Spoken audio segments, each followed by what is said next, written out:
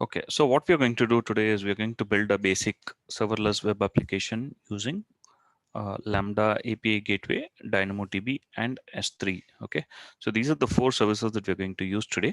In fact, there is a getting started available in the AWS website itself, but this uses Amplify. I don't want to use Amplify, right? Maybe we'll do it later. But for now, our architecture is going to be pretty straightforward, right? So what we are going to do is we're going to, instead of Amplify, we're going to use S3, right, and host our HTML page on the S3 website, on the S3 static website, and then use API gateway to invoke a Lambda function and then talk to the DynamoDB and fetch the data. Okay, so this would take about, 30 minutes to 1 hour. And the cost of this is going to be free tier. I mean, you're not going to be charged anything. I mean, as long as you adhere to the free tier. But yeah, I mean, if you just follow this, you will not be, charged anything. So what we are going to do is we are going to start with the creating a web application. Okay, so let's do one thing. Let me pull up our whiteboarding.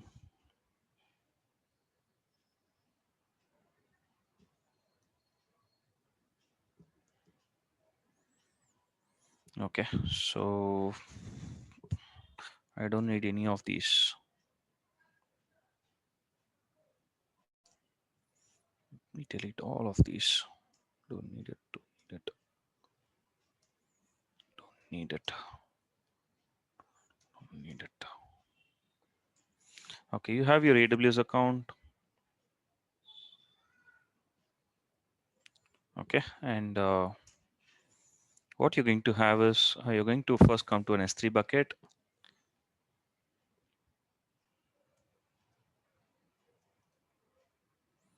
Okay, this is the S3 bucket which is going to host your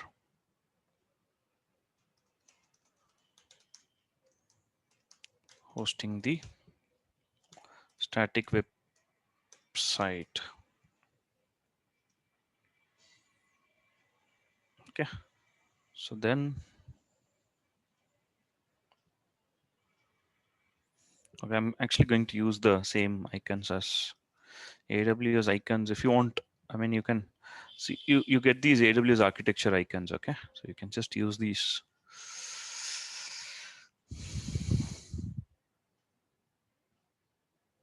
Yeah, so if you want to represent architecture diagrams on AWS, you can make use of this. So you can just search for AWS architecture icons and then you get this whole thing. You can use this to represent your architectural components like how I'm doing.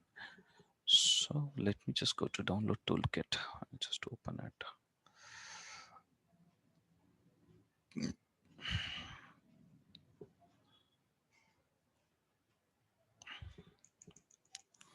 I'm just going to search for API gateway.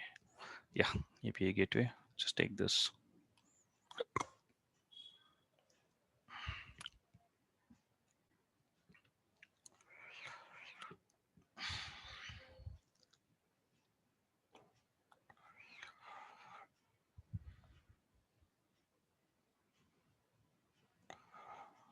Okay, this is going to talk to the API gateway.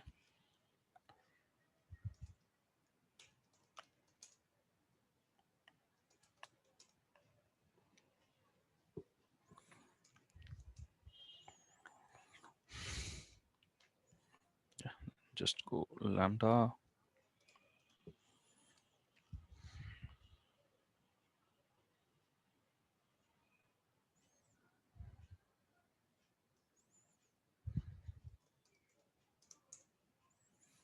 DynamoDB.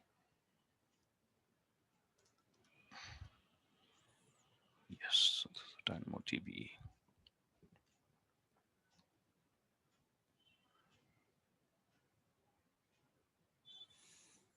Okay, so user is going to access the S3 bucket, and then S3 bucket, the code in the running in the S3 bucket would actually invoke an API, which is there in the API gateway. API gateway would invoke the Lambda function. Lambda function would invoke the DynamoDB, right? So out here, there is not a single place where you're provisioning infrastructure. Infrastructure in the sense, the servers. Of course, it will automatically provision infrastructure, but we are not provisioning any servers out here. Okay, so it's going to be all serverless.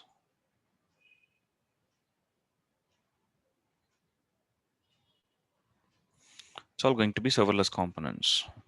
S3 API gateway and Lambda and DynamoDB. Okay, let's get started. This is going to be our architecture for this lab exercise.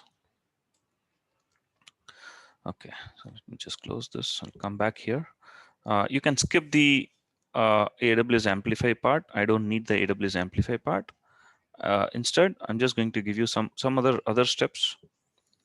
Just go to create a web app. I'm just going to copy this code. Let's first create as a first step, let's create a HTML file which says hello world. Okay, I'm just going to say Control S. I'm just going to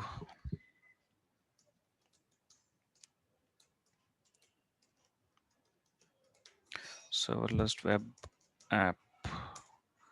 Okay, I'm just going to give the name as index.html. Okay, that's the name that I'm going to give for my. Okay, I've just created an index.html. You don't have to do amplify, but rather we're going to upload that into S3. Okay, so let's go to S3 console.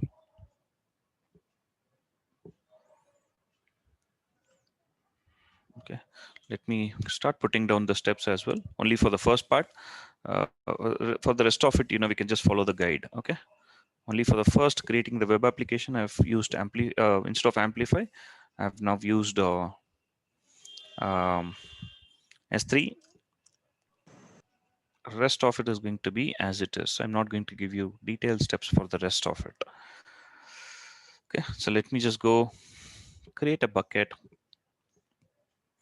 Okay, in the meantime, let me start putting this down. Okay, create a S3 bucket named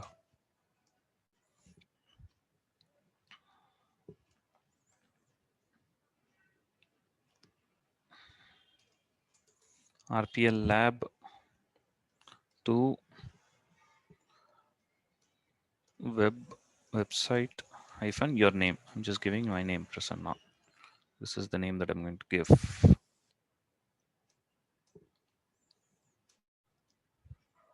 Create a bucket. Create it in Mumbai. Yeah, just create it for now. We'll do the remaining things later on. Yeah, it's created. Okay, so once that is created, upload the index.html into the bucket. Yeah, just go to the bucket and upload. Sorry, not add files.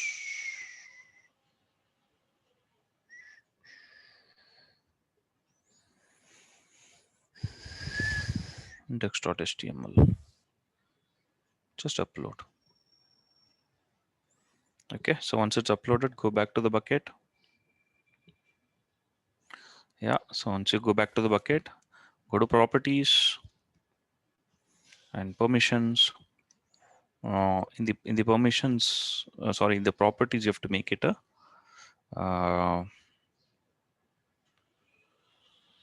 static website hosting. Edit static website hosting.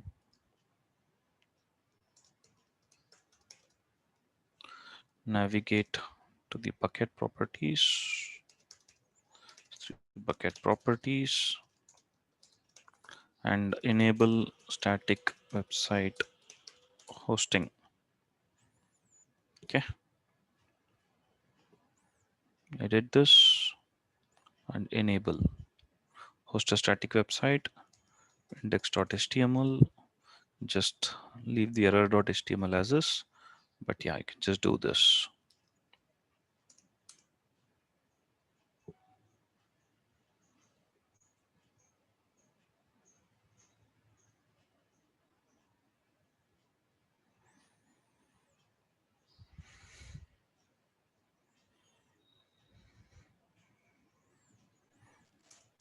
Okay, next is fourth step is once it is enabled, just save the changes. Okay, just give error.html and say save changes. Once that is done, then go back to permissions. You can make the bucket public. Okay, navigate to permissions and make the bucket public.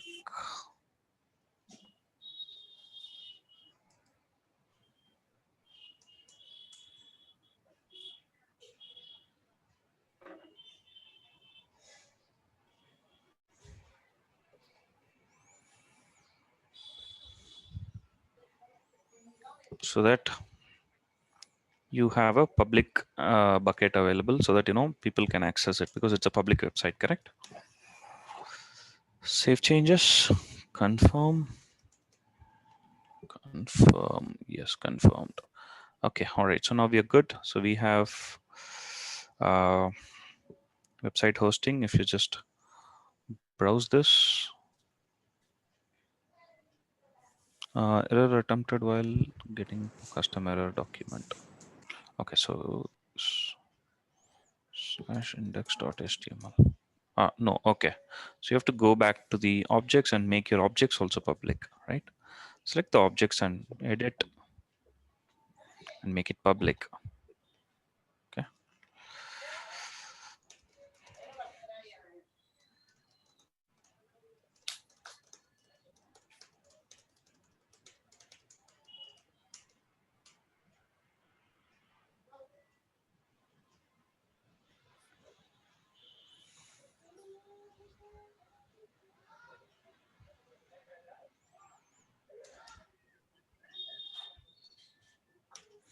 Okay, so make it public.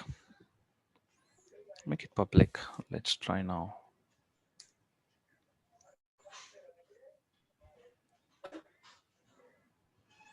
Okay, one sec. Let me troubleshoot what is the issue.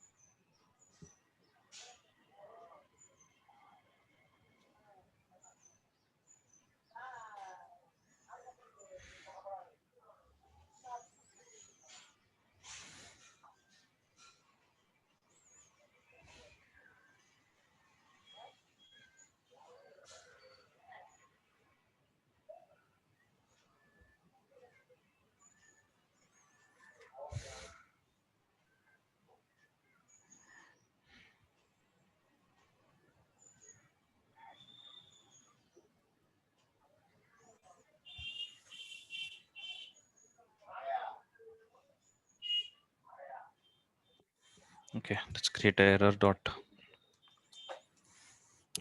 also.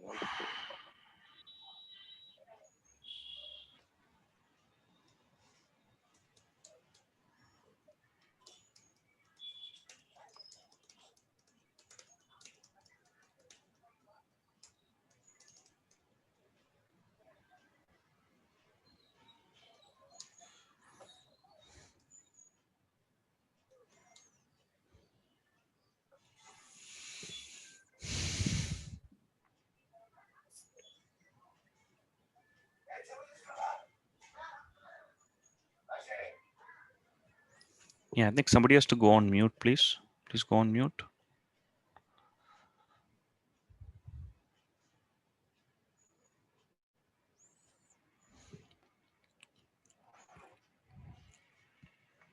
Okay, make errors public. Make public. Okay.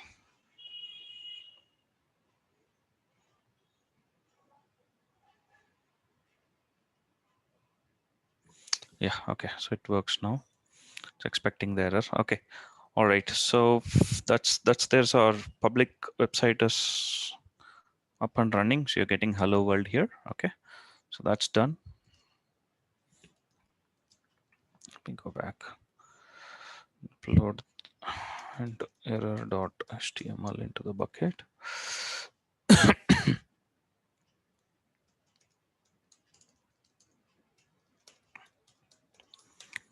And make it public. Okay, that's done. Okay, so now first step is done. Okay, ignore all of this. You don't have to do it. I mean, testing the web app is also done. We've tested it, so we're able to access the website. Okay, we're able to access the website through the URL of static website hosting. Yes, it works fine. Okay, got it. So now let's come back and move to the next module.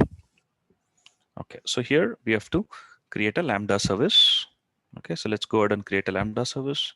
What will you do here in this module? You'll be writing a small piece of code in Python, JavaScript, or Java to be used in later module to add interactive. You will use the AWS Lambda service, a compute service that allows us to create serverless function.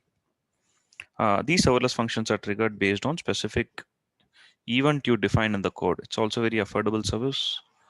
Okay, what you will learn, you'll create a Lambda function from scratch using the AWS console in Python and create JSON events in the AWS to test your function.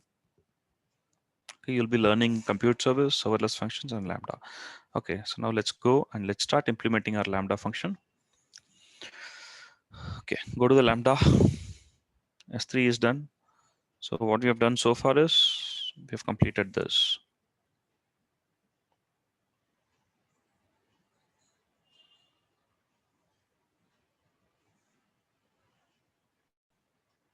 Yeah, this is done. We are now going to create a Lambda function. Okay, let me go to Lambda. Yeah, create a function. Okay, under Mumbai, I'm in Mumbai. Okay, just say hello world function. Author from scratch, select author from scratch and say hello world function and use Python 3.8, Python 3.8. Okay, and then just say create function. It will take a while to come, so but yeah, just wait for it.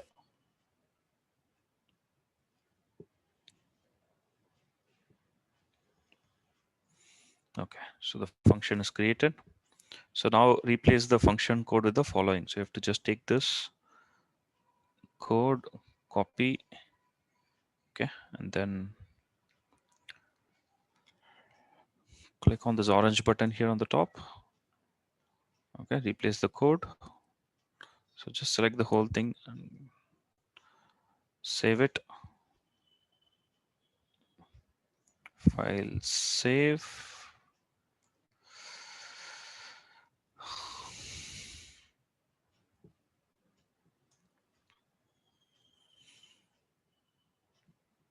Okay. Okay, so now what we have to do is we have to just configure a test event. Let's go ahead and configure a test event.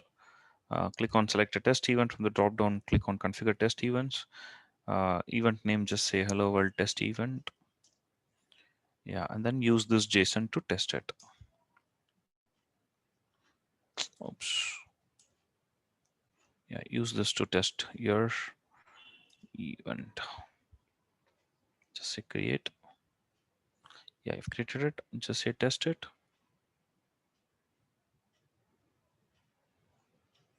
Yeah, so it's returning hello from Lambda, right? So that's the message that you are expecting the code to return. Okay. Okay, so now what does the code do? If you see the code is actually, let me just make this code a little tidy. Imported, defining. Okay, so you're having an event on the context. So you're fetching the from the event, you're fetching first name, last name, right? So that's what you're passing, right? As a first name and last name, that's what you're passing in the event as a JSON. So you're fetching event plus first name and last name. So then you're simply returning, I mean, you're not doing anything, okay? You're simply returning hello from Lambda plus name, correct? Okay, let's see what it returned.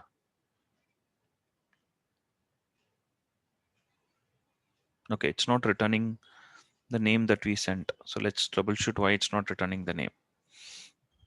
So what it is supposed to return? It's supposed to return hello from Lambda plus this one, correct? Okay, let's see why it is not returning.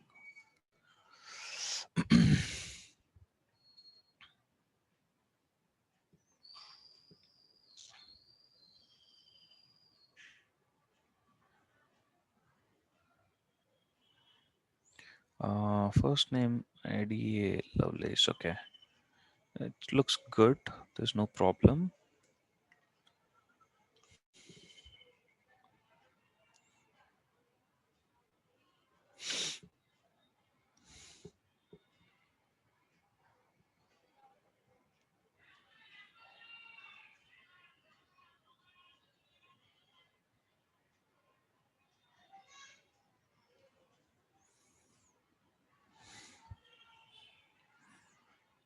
Yeah, let me test it now. Yeah, I think I didn't deploy the code. Sorry about that. Okay, so now if you see, it's returning hello from Lambda Ada Lovelace, right? So I can just go ahead and configure the test events. I can just change this. John Smith. Say save. Just say test. Yeah, hello from Lambda John Smith.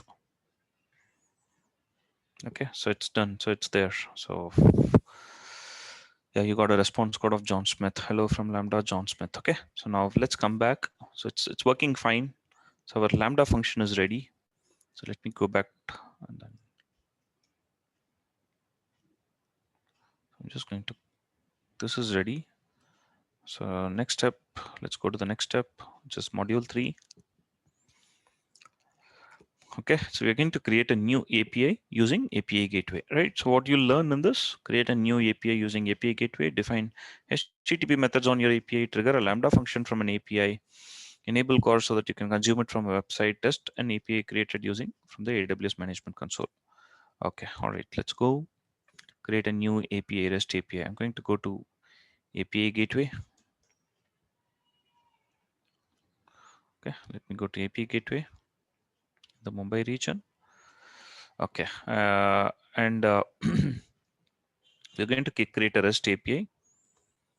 Okay, so let me search for REST API here. There are two REST APIs, private and this is the regional. So let's just go for the plain one, not the private one, and say build. Say okay. API, just give hello world API as the name. Yeah, so let's let it come to the next screen. Uh,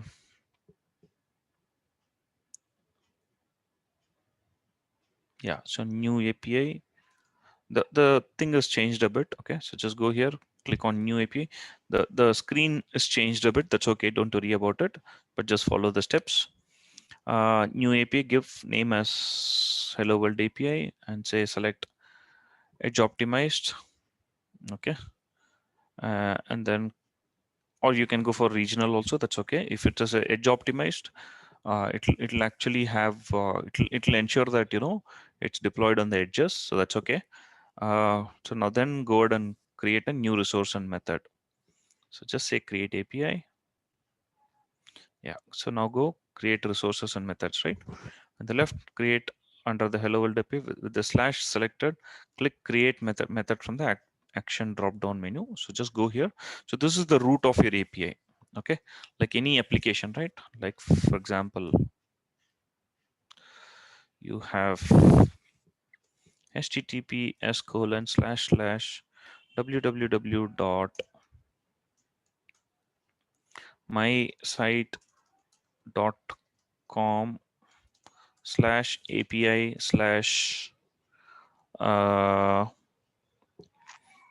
you're exposing an API to provide data about the about COVID positive cases, right, in your locality or by zip code, right? So you can say slash city, which a city is Hyderabad, slash, or you can give a zip code, right, 500090 slash. You can say yeah, you can just do this. So what this does is it lists down all the COVID positive cases from the zip code as 50090. Okay. So I mean, so the slash that you see, that's basically the root of your API. Okay, this one. So let me just go create a method. Okay, I'm just going to go create a method. Select post as the method. Okay, and then click on the click on this. Yeah, so you have created a post method. Select Lambda function for the integration type. Yeah, we have selected Lambda function for the integration type. Type in hello world function into the function field. Yeah, just start typing hello world, you will get this here. It will fetch all the Lambda functions. Select this, click on save button. Yeah, so it's going to ask you, you're about to give API gateway permission to invoke your Lambda function. Okay, this is the ARN, and say okay. Yeah, so it created a method, and if you actually go back to Lambda function, right, and go under permissions, if you see it has actually added the API gateways. Yeah, if you see here in the resource based policy, it has added the API gateway to allow invoke. If you see, this is the API gateway, right? Execute API. This is the API gateway ARN. So it basically allowed it to invoke HZ HZU. Yeah, see HZ HZU. Okay, that's what it does. So let's go back, follow the steps. Yeah, so we've done this. With the newly created post method, select enable CORS from the action drop down menu. Yeah, so go here and enable CORS. Yeah. Okay, leave the post checkbox selected and click the blue enable CORS and replace existing CORS headers button. Okay, so just leave everything as is and just enable. Yes. Yeah. Okay, done. So then what it does is it adds an options method also. Just that, it allows the CORS to be available so that it can be executed from cross origin domains. Okay. All right, so let's come back. You should see, yes, replace existing values. So this is all done. So now then deploy the API. Okay, so now just go to deployment. Let's go to the deployment. From actions, go and deploy the API. Just select that route. Okay, so now let's quickly review this post. If you see post, this is the method request. It's a post request. The client is making a post request. It integrates with the Lambda function. The Lambda function that is being used here is hello world function. It's going to invoke the hello world function, get the output back, and it's going to give the output back. Okay, so that's how the flow happens. So now let's go here and deploy the API. Deployment stage, create a new stage. Let's see what the instruction says. New stage, enter dev for the stage name, dev, and then say deploy. Okay, it's just deploy. Okay, so it's deployed. Okay, and you get a URL here.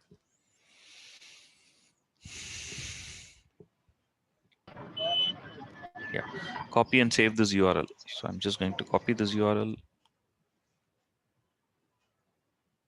Yeah, I'm going to copy this URL and let me save this URL somewhere. I'll save this here.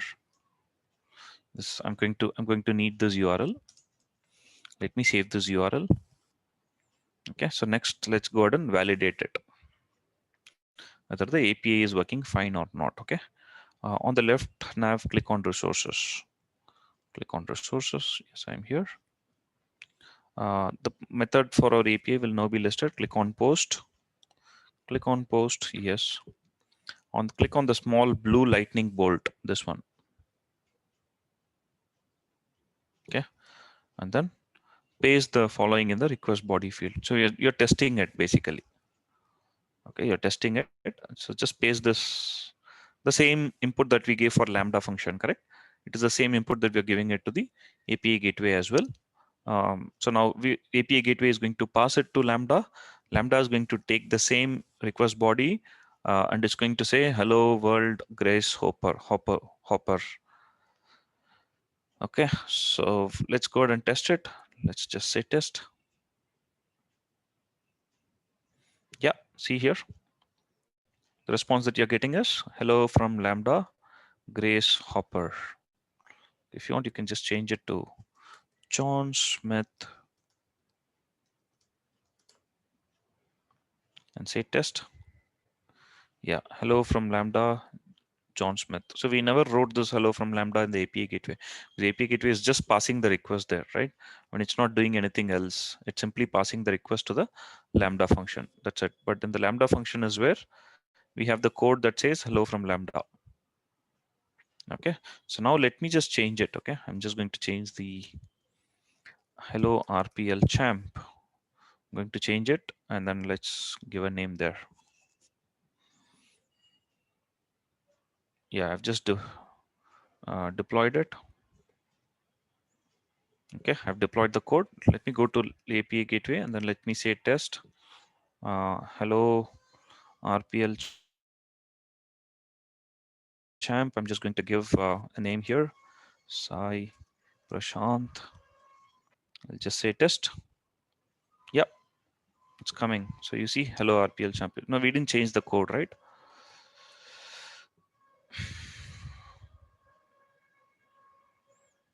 Yeah, so you get it. So it's perfectly working fine. Okay, so now let's come back and yeah, so now what we have done is we have created API gateway and Lambda. Let's go back to our architecture. In our architecture, we have completed the API gateway also. So now let's come and create the DynamoDB. Go to module 4, create a data table in DynamoDB. So let me go back to the say DynamoDB.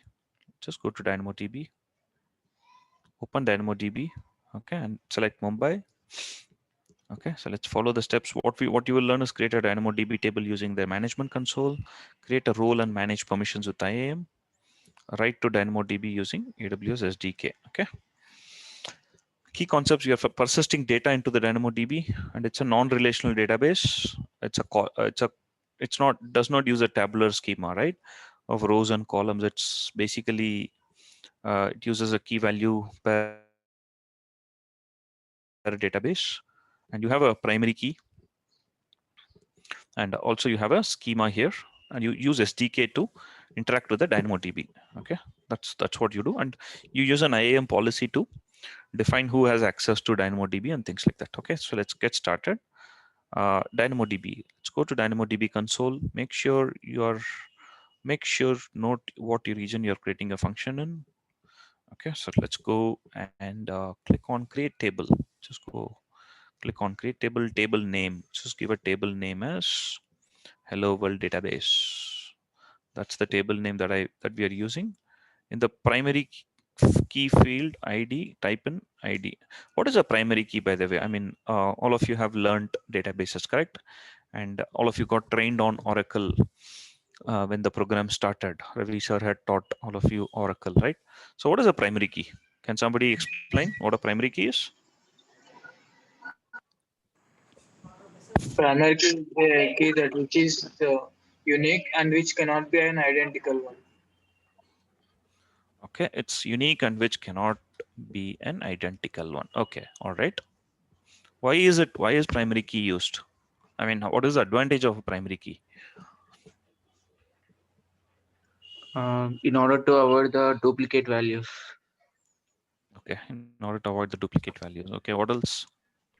To uniquely identify a row in the table. Yes, somebody said that answer. So what else? What are the performance benefits of primary key, having a primary key? How will primary key help improving the performance. I Okay, have yeah, go ahead. I have two employees are same number, which is identify go for payment. Yeah, so that's like yeah, identical. I mean, just to ensure that every row is unique, you need a primary key. But the advantage of primary key from a performance standpoint is We it can refer indexes. it to foreign key, sir. Yeah, so it can index. So mainly there's something called indexing that happens in a database. Okay, so it can create an index. It's like how you have index in a book, right? So that you can easily search which page to go to. Correct? You have an index in a back of a book or front of the book somewhere, right? So similarly, indexing helps very. See, these are basic concepts. Okay, I mean these are basic data. When you go for interviews, you will be asked what is an index, what is a database index, and how do you create indexes, and how does indexes help, right? You should know, and you should be able to explain it and articulate it well. Okay, so let's get back. Create. So now let's create. Just put the primary key as ID. That's what we have been asked to do, and use all the default settings. Don't change these settings. Okay, otherwise if you change the settings, you will get charged, because right now it's all optimized for a free tier. If you want to override these, you can override it, but it will get charged. Okay, just go create.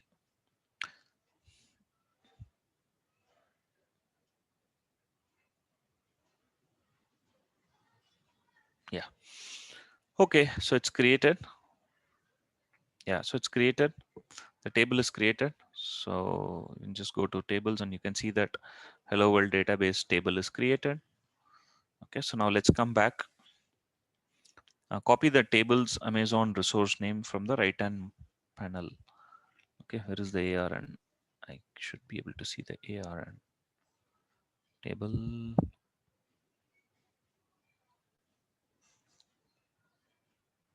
Yeah, so it's here. ARN is here. So just copy the ARN, come back and keep it handy. Yeah, this is the ARN. So let me come back. Okay, so now then create and add IAM policy to a Lambda function. Okay, so now that we have a table, let's edit our Lambda function to be able to write data to it, right? So now I've created a Lambda function. Lambda function needs to talk to DynamoDB, correct? And we have created the DynamoDB now. Okay, but we need to give permission for Lambda function to talk to DynamoDB. It's like you build any other traditional applications where you have a database and you provide a connection string within the application to connect to the database, correct? Connection strings, right? All of you must be aware of what connection strings are, correct?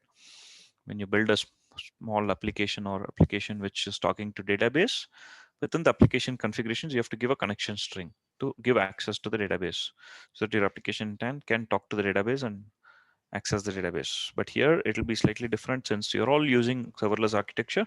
You make use of IAM. Okay, so go to Lambda function, go to the function, open the function, and a hello world function. We'll be adding permissions to a function so that it can use the DynamoDB service, and we'll be using IAM to do so. Okay, click on the permissions tab. Click on the permissions tab. Yeah, on the execution role box, click on the role. A new browser tab will open in the execution role box. Click on the role, a new browser tab will open. Just click this, it will open a new browser tab, which will open that role. So by default, when you create a Lambda function, it's going to create an execution role. Okay, the execution role is an IAM role, which is used while the Lambda function gets executed. Okay, so now if you have to give your Lambda function permissions to access other resources such as DynamoDB or EC2 or S3, you have to go and modify the execution role. Okay, it's very important you go and modify the execution role. Otherwise, your Lambda function won't be able to make calls to DynamoDB, because DynamoDB is a service, right? It's a resource, right? Unless and until you give permissions to Lambda function to invoke DynamoDB, your Lambda function won't be able to talk to your DynamoDB. So you have to first give permission. That is why execution roles are very, very important. Execution role is used. I mean, what is an IAM role? Like we looked at it in the EC2 example, right? So where you created a new IAM role and you attach the IAM role to an EC2 instance, and from within the EC2 instance, you are able to run the CLI and run the APIs, AWS S3 LS, right? Without even configuring the user ID and access key and secret key, correct? So that's the power of IAM roles. So now this is the IAM role which is created by default. So now let's see what changes they want us to make there. Um, Click on add inline policy on the right side of the permission policies box. Yeah, here click on this add inline policy, because it already has a policy. Don't disturb this. Okay, you don't have to disturb this, because right now this policy is a default Lambda execution policy, which allows create a log group. And in fact, day before yesterday, when you created a Lambda function, uh, also it would have created these standard events or standard permissions. So don't disturb this. Let's add a new inline policy. Add a new inline policy. Copy this JSON. Okay. Copy this. Come back here, and then here you have to go to JSON, not a visual editor. Select this whole thing, paste it, and resource, you have to put your tables ARN that you copied. Okay. So where do I have it? I have it here. Let me go here, copy this tables ARN, paste it here. So now what I'm doing is I'm actually giving this role permission to this resource, which is the DynamoDB table. Hello world database is the table name that I'm giving. What are the permissions that I'm giving? I'm giving DynamoDB put item, delete item, get item, scan, query, update item. Okay, I'm not giving permissions to delete the table or create a table, right? I'm only on the items. Item is a row in DynamoDB. Okay, I'm only giving access to these items. I'm restricting it as much as possible. Just say review policy. Yeah, DynamoDB. Okay, we're good. And just create a policy. Let's see what name do they want us to give. Hello world Dynamo policy is the name that they want us to give. Let's follow the same name just to be consistent. Just say create policy. Yes, so you have created a new policy and you have attached it to the rule, which is the hello world function rule, whatever it is. Okay, so now what we have done is everything is done. Okay, so now even the permissions between Lambda and DynamoDB is also set. Okay, so now what we need to do is we need to modify our Lambda code to insert rows into the DynamoDB table, right? So right now, if you see the Lambda function that we are doing,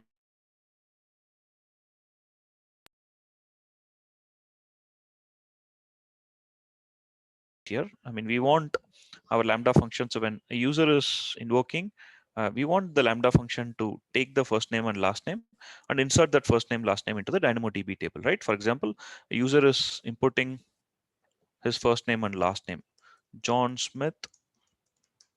Okay, that John Smith will go to through API gateway to Lambda, and then it will also get inserted into the DynamoDB table as ID is 1, comma John Smith, 2, comma Kiran Kumar, 3, comma Sarah. Okay, so this is how it basically captures the data into the DynamoDB, and it parses that. It's a very simple CRUD operation that we are doing. Okay, no strings attached. We're just trying to understand the concepts here. I'll point you to some more exercises which will where you will actually do a lot more stuff. Okay, but conceptually you all have to understand how things work in a serverless world, and there's no single EC2 instance, single server that we are dealing with here. Okay, so yeah, let's go to modify the Lambda function to write to the DynamoDB table. So let me just copy this and let me go to the Lambda function and just go to the configuration. Okay, let me select this whole thing and replace the Lambda function code with this code. Okay, so let's closely review this code. What is this code doing? Okay, so you're importing JSON, which is good, well and good, because JSON is needed to parse the JSON string and deal with the JSON. You're importing Boto3. Okay, does it ring a bell? We did in our Python lab 2-3 weeks back. We ported Boto3, correct? And then we used Boto3 to deal with AWS SDK or AWS APIs, correct? Boto3 is our AWS API. That's the library. So then you're creating a DynamoDB object. DynamoDB equal to Boto3.resource DynamoDB. Table is DynamoDB.table hello world database. That is the name of our table. Hello world database. Okay, and then what you're doing is you're basically taking the current time. Okay, now equal to strf time, and you're taking the current time. Okay, and then what you're doing is you're then creating the event handler for your Lambda event. Okay, where you're taking the first name and last name from the JSON, whichever is coming from the event, which is John Smith, and you're framing a response. In the response, what you're doing is you are basically uh, using the table which is created here, table.putItem. PutItem is a API which is used to insert a row into the DynamoDB table. Okay, and what you're inserting inside, you're inserting ID is name, which is this name. Latest greeting time is the current timestamp. So this is basically the timestamp, the current timestamp. Okay, it just simply returns the current timestamp. Okay, yeah, so you're doing that, and then what you're doing is you're inserting two columns into the DynamoDB. One is the ID, which is the name of the person, which is John Smith, and latest greeting time is whatever is the current timestamp when that call is made. You're inserting this, and after that you're just simply returning a status code of 200, because your API gateway should know that the Lambda execution was successful, because you have to return something back, correct? So you're returning a status code of 200, and then API gateway gets a 200 code, and then it further returns it back to the browser, and browser will know that the API call becomes successful.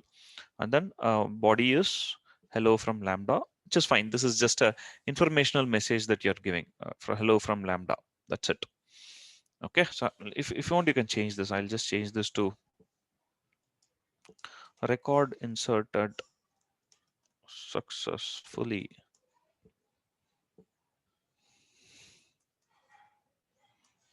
Okay, record inserted successfully, comma, plus name, plus if I want, I can just give a use the timestamp also, comma,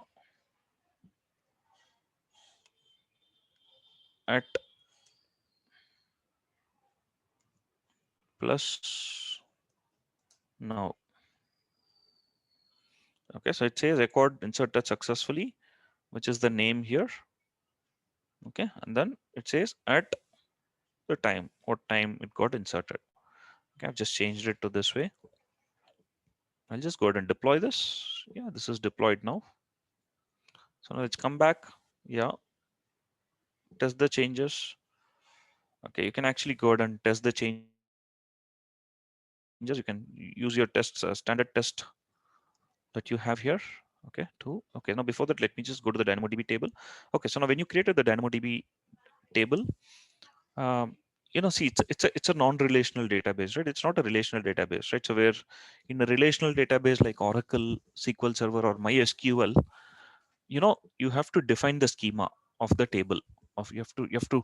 There's something called data definition language, DDL, correct?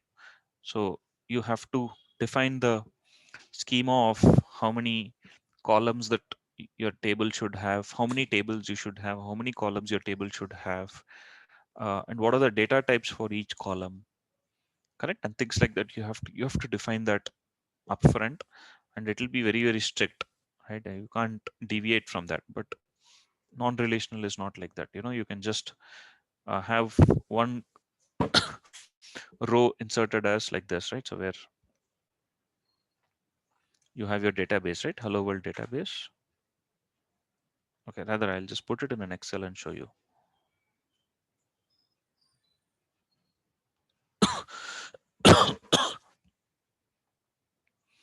Okay, so this is ID.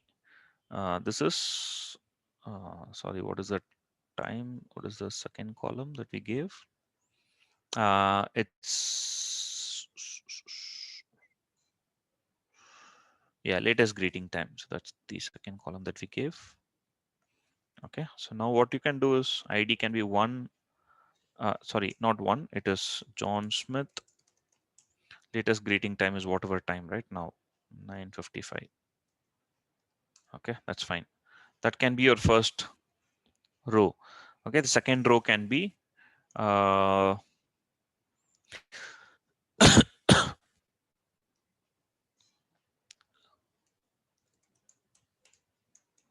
Donald Trump. Okay, and this can be 9:56, and you can also have a third column here, right, which says what is his role, right? Just do anything right out here. Okay, you can add a third, whereas your second, this need not have the third column. Okay, this has only these two columns, whereas your second row has got three columns. Your third row can have 5 columns. Your fourth row can have only one column. Okay, I can prefer not to have this column. So that is the flexibility that your non-relational database provides. Okay, so now let's just go here, and right now if you see, if you go back to the DynamoDB table and see, you can click on these items, you will see all the rows that are present. Currently there are no rows. I mean, it's an empty table, right? We just created this table. So now let's go and test the Lambda function. The Lambda function is going to use the Boto3 DynamoDB API to insert. Put item is an insert row into the DynamoDB table, which inserts the name and the greeting time, which is the now. Okay, which is formed here. This is the greeting time. Okay, so now let me just go ahead and I'll just configure the test event. I'm just going to say John Smith, right? Let it be John Smith only. Just go ahead and test it. Okay, you have an error. Okay, what is that?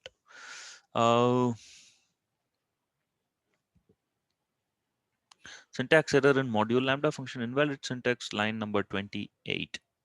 Okay, let's troubleshoot that.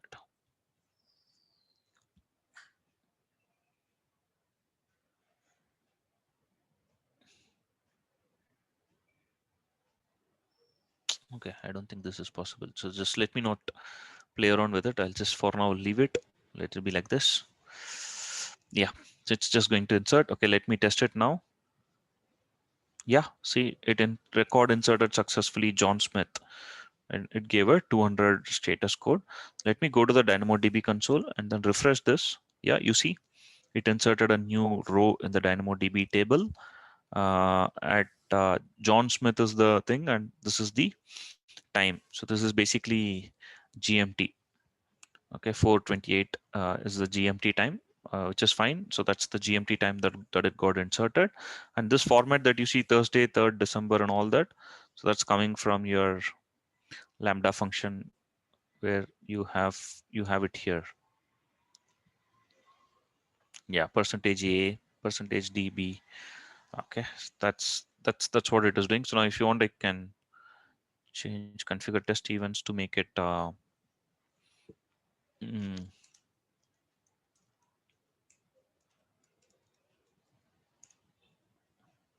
just go and save this. I'll just go ahead and test it. Yeah, record inserted successfully. Just go refresh it.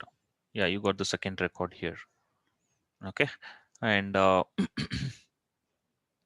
if you keep inserting it again and again, what it's going to do is, see, this is our primary key, correct? This is our primary key. So now let me just go back and change it to again John Smith. Let me override John Smith. Save it. So now if I override John Smith, what you will see is you'll see that this is changing. Okay, you'll see that this will change out here. The timestamp would change.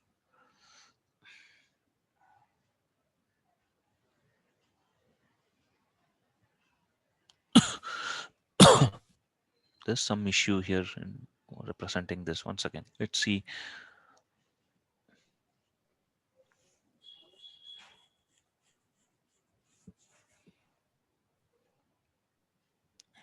Is it fetching it the right way?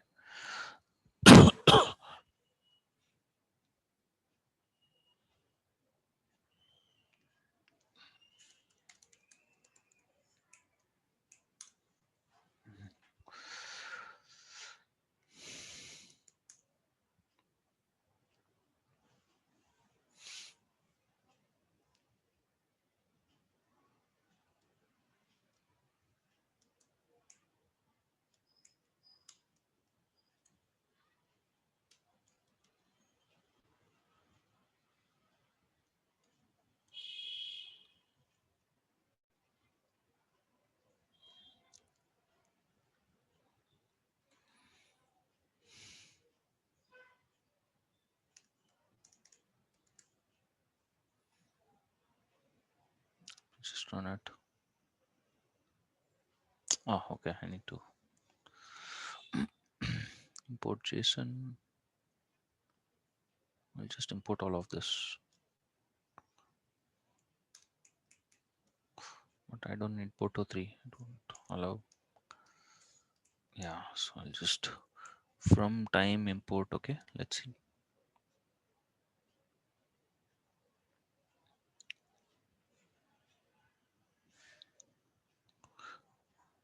Yeah, so print is printing it to the right time, 431.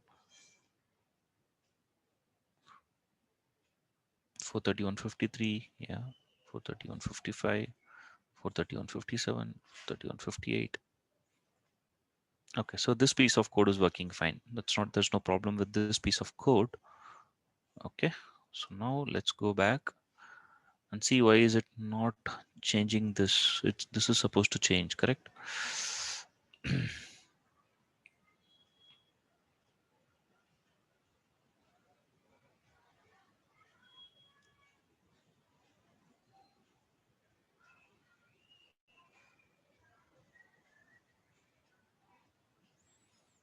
Okay, let me add another name here.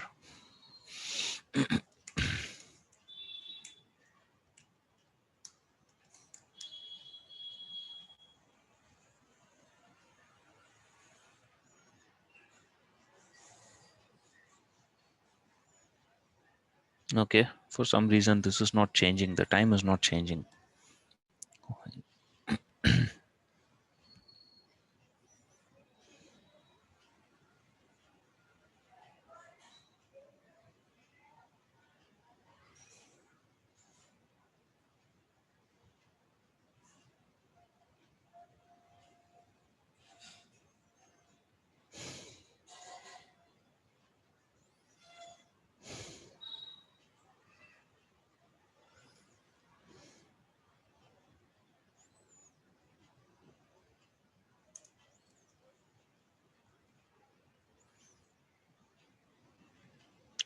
Put it inside.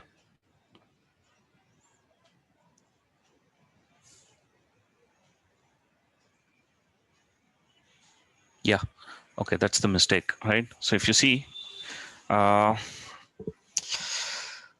okay, so okay, I don't know, maybe we should give a feedback to these guys as well to change the placement of the code. Okay, here, so here if you see this becomes a global variable, right? I mean now, so every time if you run this executes, and see the way it happens is when the Lambda is executing, it brings up a small tiny container where the Lambda function gets executed, right? So you execute this piece of code out there, whereas it stores these in the execution Lambda execution for some time. So that's why since this was a global variable, this was never changing. Okay, so now what I moved is I moved this now equal to strf time inside the event handler, Lambda's event handler. So then it started getting uh, so now I can even go ahead and change it to John Smith. So when I say John Smith, what it's supposed to do is it's supposed to override the John Smith primary key with an updated greeting time. Okay, so if you see right now, John Smith has 42809, correct? So now if I refresh it, it would change it to 4:35:07 because it's overwriting the greeting time with a for the same primary key. It's not creating a new record for John Smith. Okay, every time it's not creating a new record because it's a primary key. If I just keep executing, it'll change it here. It'll take the last one, 4:35:36. Okay, cool. So remember this. So move this now into the Lambda function inside this. Okay, so test the changes. We have tested the changes, which works fine. I'm able to make my Lambda function talk to the DynamoDB table. Lambda is able to talk to the DynamoDB table and it's coming through API gateway. Okay, so now let's go to the next module, which is module 5.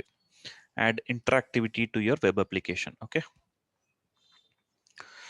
Okay, so now if I go back to my S3,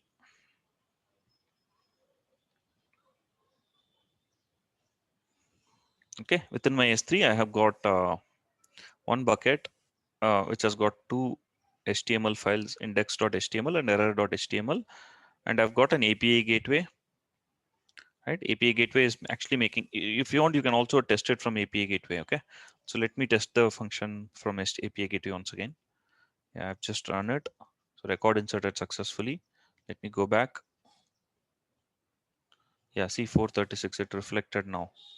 Let me add one more name, some other name.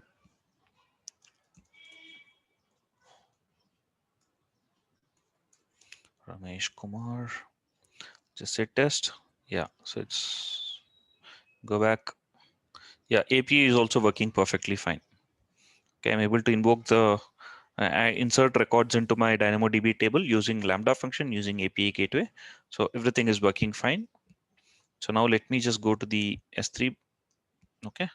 Okay. So now here what you will do is you will call an API from. Hello, sir. There is disturbance in your voice. How's it now? It's, it's better. Okay. Is everyone hearing having the same issue? No, actually, we didn't have issues. Yours Okay. clear out. Okay. Okay. So then I think probably it's a issue at your end. Maybe your Okay, sir. internet I'll is check a it. little. Yeah. Sure. Okay. All right. Thank you. Okay. So so here what you will learn is you will call an API gateway API from the HTML page, right? So now if I go back to my architecture, so I have the S3 website, S3 bucket hosting the static website, correct? Which has got index.html. Okay. So now the index.html is a plain HTML, which is not returning anything, right? It is simply if I browse my website, okay, it is simply returning a hello world because my index.html is nothing but it's just a plain thing, right? It's not making any API calls. So now let us make our HTML make an API call to the API gateway. Okay, that's what we are trying to do now. Okay, we are going to make our index.html make a API call, and then it'll accept an input of first name, last name, and then it'll insert that into the DynamoDB table. So that's what we are intending to do out here. Okay, so let's go back. Forget about amplify and all of that. Okay, wherever it is amplify console, just ignore that. Okay, now what you need to do is you just need to copy this code and modify your index.html. Okay, go back to your index.html, control A, and replace your index.html with this piece of code, right? And but what you need to do is you need to change one thing out here, right? If you follow the instructions, you will see here. Make sure you add your API invoke URL on line number 41 from module 3, which is this one. So fetch your API invoke URL, right? So you copied it from module 3, right? What was your, so this was the URL that we copied from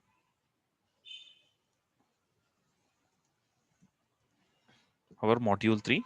So you have to go here, go to line number 41, which is this, and then replace this with the URL here.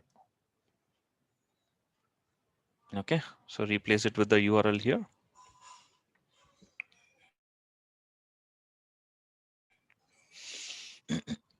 Forget about amplify console and all that. So now what you need to do is you just need to save this HTML, go to the S3 bucket. Okay, go to the objects, upload this object newly, add files, index.html, just open and then upload it. Okay, once you upload it, you also have to make it public. So select it and make it public, otherwise you won't be able to access it. Okay, just make it public. Okay, you've made it public. So now let's go and refresh my website. So you get a beautiful page which says first name, last name, and call API. Okay, so now let's go invoke it. So I'm just going to say first name. I will just give a first name as Lakshmi Priya. Okay, so that's the first name and last name that I'm giving. Let me say call API. Yeah, see, it's actually giving a alert message saying that record inserted successfully Lakshmi Priya, right? So this is the Lambda function which we are triggering, correct? Lambda is actually returning this, correct? But it's going through API gateway, it's hitting the Lambda, and then it's coming and giving me the results back. So now if I go to DynamoDB table and refresh the DynamoDB table, yeah, you will see Lakshmi Priya got inserted here, right? Now I can actually go and add John Smith once again.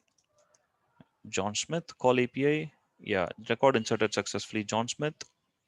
If I come back and refresh, John Smith had 435, correct? Now let me refresh this. Yes, it has become 442. It updated this. Okay, and now this is running in your S3 as a static website. So you didn't create any web servers, you didn't configure any HTTPD, Apache, nothing of that sort, right? I mean, it's pretty straightforward. You have not done anything. You've simply used a serverless components, such as you have written a Python code, you have hosted that Python code in a Lambda function, and you're using API gateway, and you're using DynamoDB. None of these components, S3, none of these components have any servers underlying. You're not configuring any servers. That's why it's called serverless, right? You're not configuring any servers. You're only writing your code, right? I mean, imagine if I were to do this by spinning off EC2 instances and to create a database schema. I mean, I would have taken a longer time. Right? I would have at least taken like 3 times the time that I spend currently, with a lot of troubleshooting. Not only troubleshooting, I'll have to ensure that I create a VPC, I secure my VPC, I put the right security groups, I put the right NACLs in place, right? And I ensure that my EC2 instances is up to date. I update my EC2 instance and things like that, right? But now if you see, the whole thing is simplified. I'm able to build a complete website. It's a sample website, but I'm able to build a web application, end-to-end web application. So this is called full stack team, right? You all have to understand it, right? This is called the full stack, where you built a full stack end-to-end working web application in about half an hour's time, 30 minutes time, 30 to 40 minutes. Okay, so that's the power of serverless. Okay, so now let me just go back. Yeah, test your updated web application. Yeah, so you tested it and you basically um, browsed it, and you should see a message that starts with hello from Lambda, followed by the text you filled in. Congratulations, you now have a working web app deployed by Amplify, forget Amplify, using S3 and call the Lambda function via API gateway.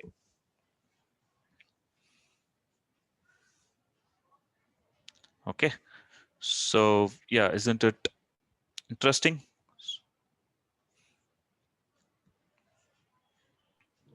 How many Yes, of you sir. feel excited about this? Raise your hands.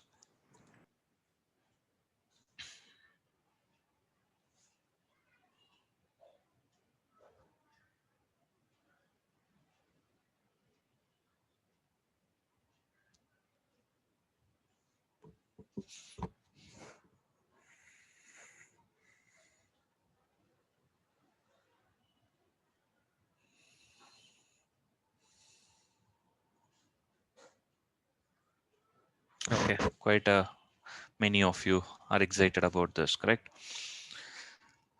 Okay, cool.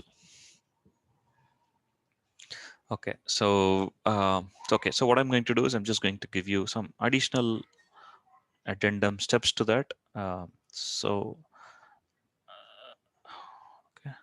then I'm going to give you this document and then allow you to go into your respective breakout rooms and do your exercises. And I'm also giving you, I'll also give you one more, but for today, you guys do this. For tomorrow, I mean, what we can do is we can do one more web application called Wild Rides web application. We're going to do this end to end. This also has a it has a Cognito, right? We will also try with Cognito, right? Let's take it step by step. Let's do this one first, and we will use this to create a complete another web application using Cognito, right? And using some sort of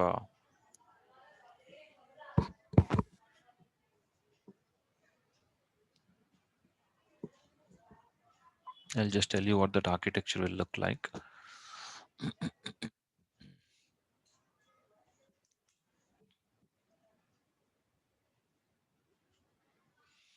Yeah, we will introduce one more component tomorrow, right? Where API Gateway, Lambda, DynamoDB. We will also introduce a Cognito component. Okay, maybe we'll not use this, we'll not follow this. Whatever example that we did today, right? I mean, we will allow that. We will allow a Cognito-based sign-in to this application. Right now, anybody can log in, right? If you have this URL, anybody can log into this. So tomorrow we are going to add two more components to it. Okay, we're going to add a Cognito, and we'll also add a CloudFront. Okay, so that you get a you hide this URL and you will see only the CloudFront's URL. Okay, where the S3 bucket will have CloudFront interfacing to it. So CloudFront plus Cognito, where the user will sign up, log into the website, and then they'll be able to insert records into the DynamoDB table. And what I'll do is tomorrow I'll come up with a little more better code to fetch all the names from the DynamoDB table and allow you to make CRUD operations on the on it using let's say AngularJS or so. And you can delete rows and you can add more rows, and you can basically modify things like that. You can add some images and things like that. So we'll do that. I'll try and have that ready by tomorrow. But for today, please go ahead and do this. It's a very simple, straightforward. Okay, and I'm going to just give you some steps, where you can just skip the first part. Wherever it is amplify, skip it. See, Amplify is a great service, right? So what Amplify does is it allows you to host a static website. It also uses some S3 in the backend, but again, I don't want you to use Amplify now, because you'll not learn. I want you to test it end to end, and then use tools like Amplify, which will make things much easier. Okay, so don't use Amplify for today. Okay, so this is the website. Okay, I'm going to give you this. I'll add a few more steps so that I'll also give you the code.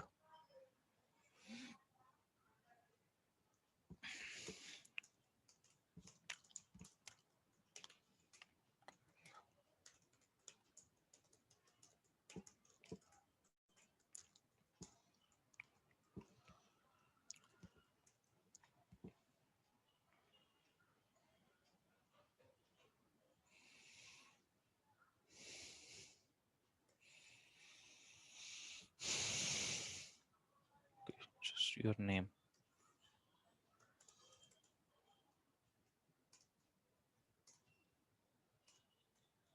Your name or ID. Just use your ID. Okay. I'm going to give you the index.html and error.html. Okay. The first, I'll give you two index.htmls. Okay. One, the first state of where it does not have any DynamoDB code in it. The second is I'll give you the second state of the index.html. But yeah, but you have to change that name to index.html while you upload it. Or I can paste the code here. Actually, I can paste the code here. Or you can also follow the steps. Either ways. If you feel this is confusing, that's why I'm giving you. Okay. This will be your index.html. Index.html, your error.html would be this.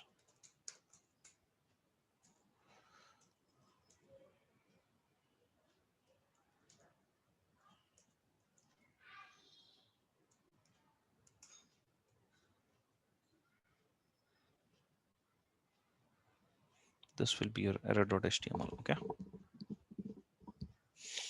Okay. Static website hosting, this is all done. So after this, yeah, this is done.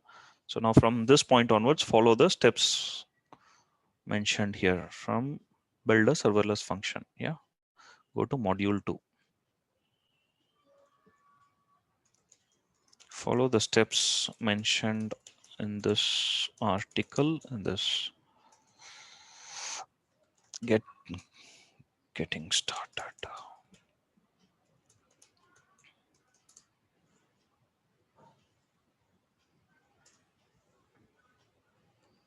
Yeah, just going to give you that.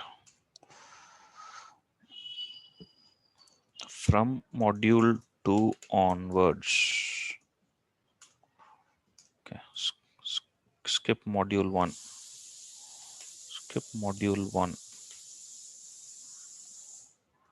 where we have skipped the usage of AWS Amplify and instead are using S3 static website hosting. Okay, so that's what is needed. Okay, so from here onwards, you just need to just follow this as is. Go to module 3. Yeah, follow the module 3 exactly as it is. There's nothing changes. Go to module 4, create the data table, which is fine. Okay, here in the modify the Lambda function, use the Lambda function that I'm going to give you, which has the change in it.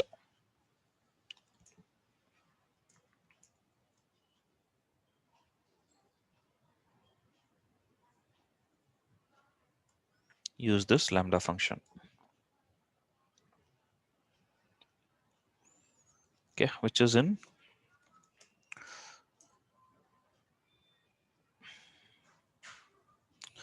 in module 4. Okay, from module 2 onwards, yeah, I'll just say complete module 2 as is without any changes. 8, complete module 3 as is without any changes. Complete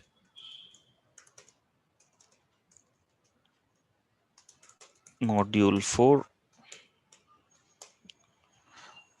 with the below Lambda function code. Okay, in module 4 you complete everything, but when it comes to modify the Lambda function to write to the DynamoDB table, in the step modify Lambda function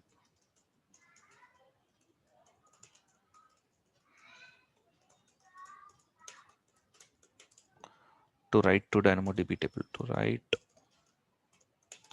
to DynamoDB table, use the following Lambda function.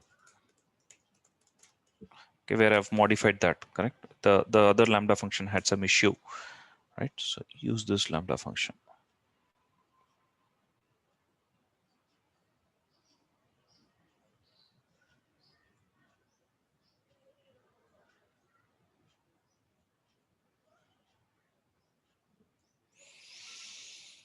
Okay, where I've taken the now inside the event handler, not outside, so that it changes it every time. Okay, use this. Test the changes is fine. Yeah, if you're good. And start module 5. Yeah, module 5. Yeah, everything remains as is. So where you update. Okay, in module 5. Okay, so instead of okay. In module 5, ignore the AWS amplify part. Instead, follow the below steps. Okay, here you're ignoring the AWS amplify part, or you ignore the entire module 5. Okay, ignore the entire module 5.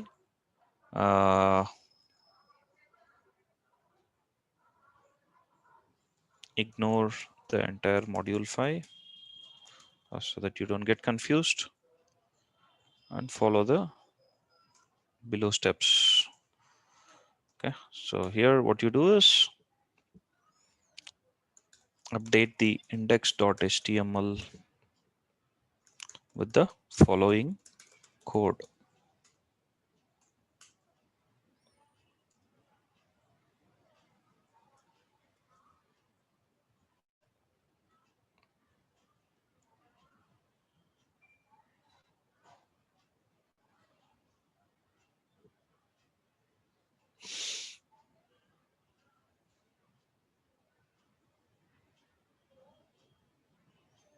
Okay, but what you need to do is you need to change some certain things. Okay, update the index.html with the following code in line number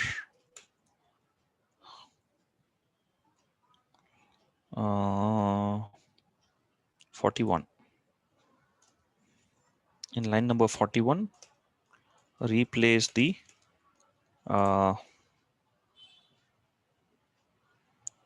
API gateways. Yeah, this thing needs to be replaced. Okay, I'm just going to highlight it. Replace the highlighted with your API gateways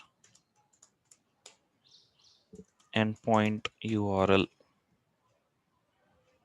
Okay, which you would have got from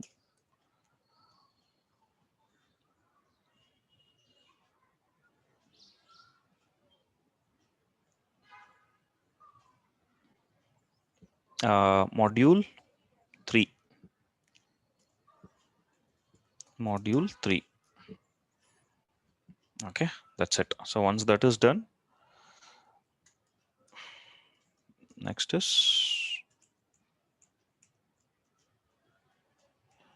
step 13. Upload the index.html to the S3 bucket created in step 1 and make the index.html object public. Very important, otherwise it won't work. Okay, so once that is done, browse the website. Browse the web application, it's not website. Browse the web application using the S3 URL, static hosting URL, which you can find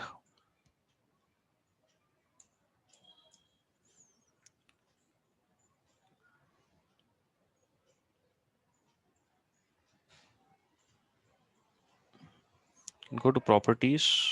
You will find it here, this one.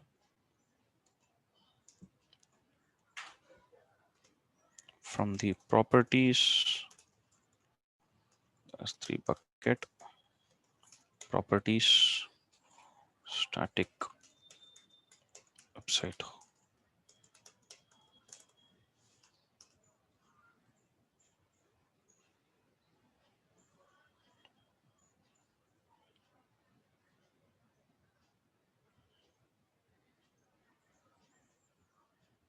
Okay, this one, this part. Yeah, so it should work. Then put a first name, last name, call API, and go to the DynamoDB table and refresh it. You should see the records being inserted into the DynamoDB table. Okay, is this clear?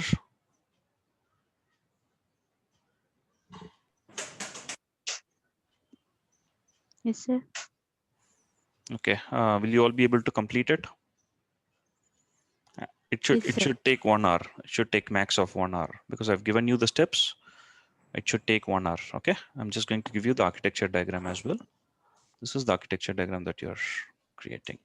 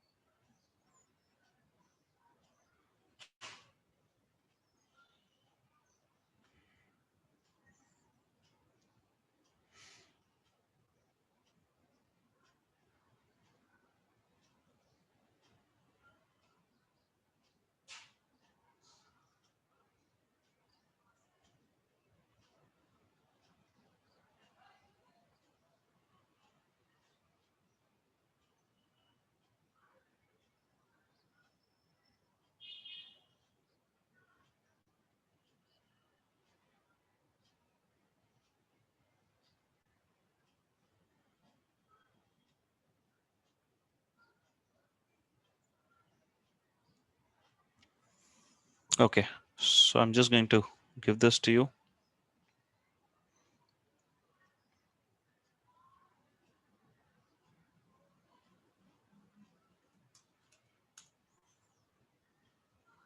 Okay, I'm going to give this project to you. So just go get into your breakout rooms and please go ahead and do this project. It's going to be quite interesting.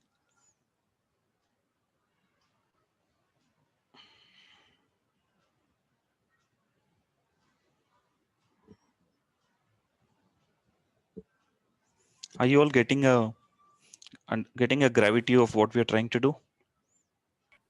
See how Yes, sir. simple it is to use a serverless architecture.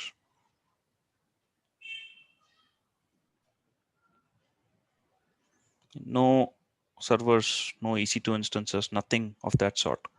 It's all going to be pretty straightforward.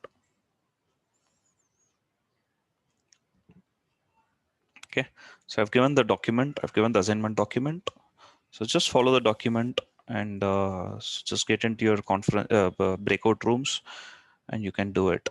Okay. In the meantime, I'm just going to check if I've given access to those who are using your own accounts. It's pretty simple. You're not going to be charged anything unless you follow the steps. Until you follow the steps, I mean, if you go and fiddle around with the DynamoDB will start charging. Okay, so don't change any settings. Even if you change the settings, revert it back to its original settings. Okay, because DynamoDB has got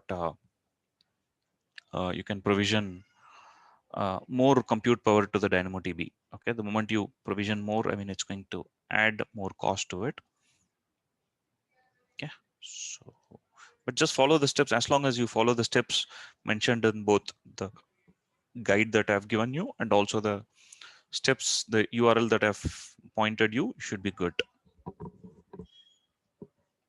I'm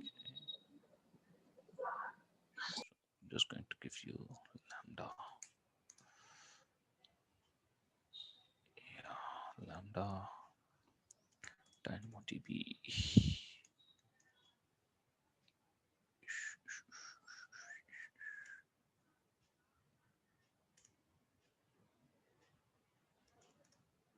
DynamoDB. Okay. Yeah, sure.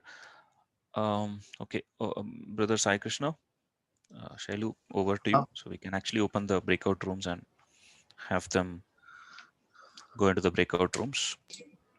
Sure, no, thank you. Yeah, Yeah, I think we have a lot of participation today, 70 plus. Hello. Looks like a question from A60. Yeah, A60. Not from the today's one, Anna. I have, as I was doing my missed out assignments, I have it down. Okay. Yeah, sure. You can stay back here. Maybe rest all can go into the breakout rooms. I'll Sure, clarify your question. Yeah. So yeah, breakout rooms can be opened so that people can go into the breakout rooms and start doing their exercises. So please do the exercise today. I mean, it's going to be quite interesting. So tomorrow we are going to add more spice to whatever we have done today. Okay. Tomorrow is also going to be quite interesting. Okay. I'll come with a code for tomorrow. We are going to add 2-3 more components to the existing architecture. We're going to add a CloudFront. We're going to add a Cognito. Cognito will be very, very useful. So you can just allow users to sign up for your website. All right. You have exposed a website, you have created a web application, but you're allowing users to sign up for your website and use their credentials, user ID, password, or use their Google sign in or Facebook sign in to come. Okay. Social sign in to come and access your website. Okay. So which allows you to, uh, you know, access the website and perform some operations on your web application. Okay, it's going to be quite interesting. So we'll again meet tomorrow, but please do try to complete today's, which will be a foundation for tomorrow. Okay. Sir? Yeah, thank you. I'll see you all tomorrow. Yeah. So whoever has got doubts, please stay back in this. Let the rest of the friends can go into the breakout rooms. So A60, you had some doubt. You please stay back. Someone else also Sir, had a can you doubt. share the documents? I have Yeah, given I it. Have just you not received it? did it, guys. Anna, a few are requested for PDF format, so I did it. Anna. Never mind. Okay. Yeah, guys, Okay. A60 and A40 can stay back, and can rest of you all join your breakout rooms and make sure that you finish within this lab session. So if you have any questions, you can discuss with your friends, and you shouldn't wait for next day. So please accept the invitation.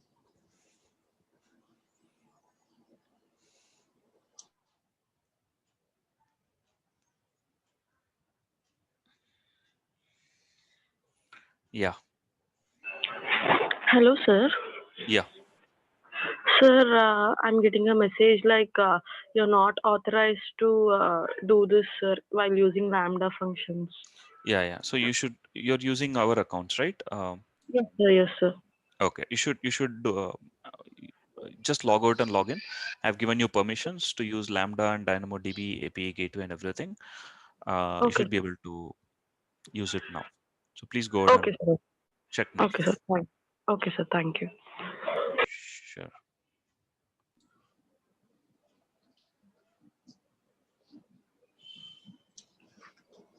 I still see many students in the main lobby. Guys, can you please join your breakout rooms if you guys are active in the class now?